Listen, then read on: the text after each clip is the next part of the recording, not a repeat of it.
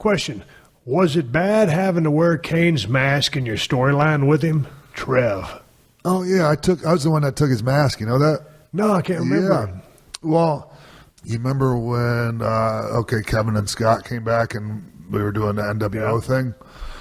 Well, right around that time, Kane was in the gym shrugging like 405 or something like that and tore his bicep. 405 for a guy like Kane is a pretty... I shrugged 405 easy. So, I mean, that's really nothing like for him.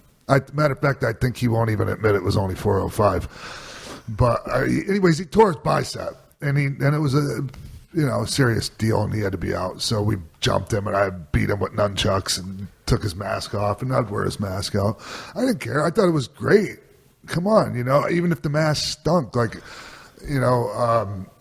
didn't matter. Like, that's Kane, and I took his mask, and I got to wear it on TV. So the hygiene thing didn't bother you any? No.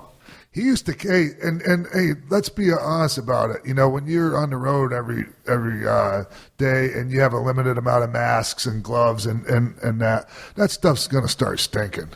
He used to carry some Febreze around with him, and he was always spraying Febreze on that stuff. God dang, dude. And Leon.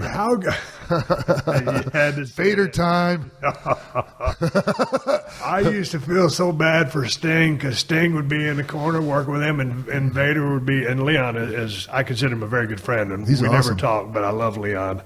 But, man, his gear got really funky. Yeah, it did. And then he was doing those big bear paws on Sting. I mean, he was just battering him like a ram.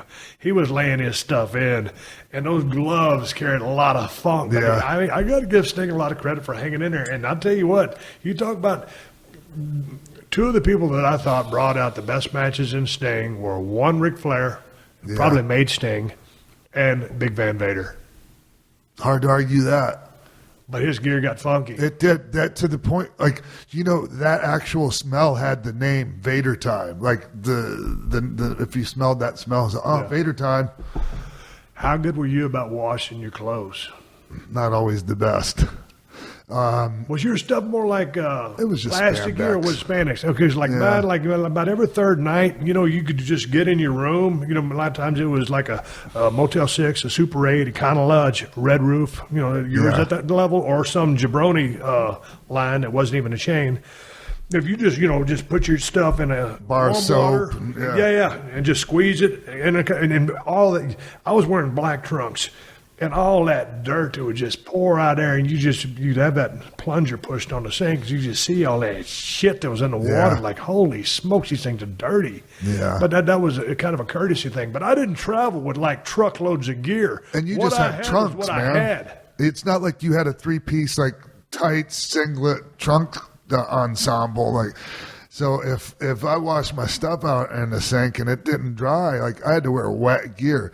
And so to me it was a toss up which one I hated worse, wearing wet gear or smelly gear. And I think I hated wearing wet gear worse, to be honest with you. The one time I checked my bag with my work gear on it, and I can't remember where we were, somewhere in the Midwest. But anyway, I didn't have nothing to work in, and that was the time I wore Bobby Eaton's Midnight Express stuff. I talked about it on the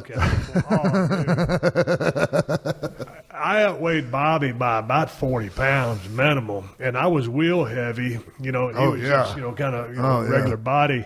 And I borrowed somebody else's boots. I can't remember whose boots because I had a size 13 foot, but I wore Midnight Express gear. You talk about the tights like too. J-Brone. Do what? You got the tights on? Oh, dude, I wore the whole gimmick. And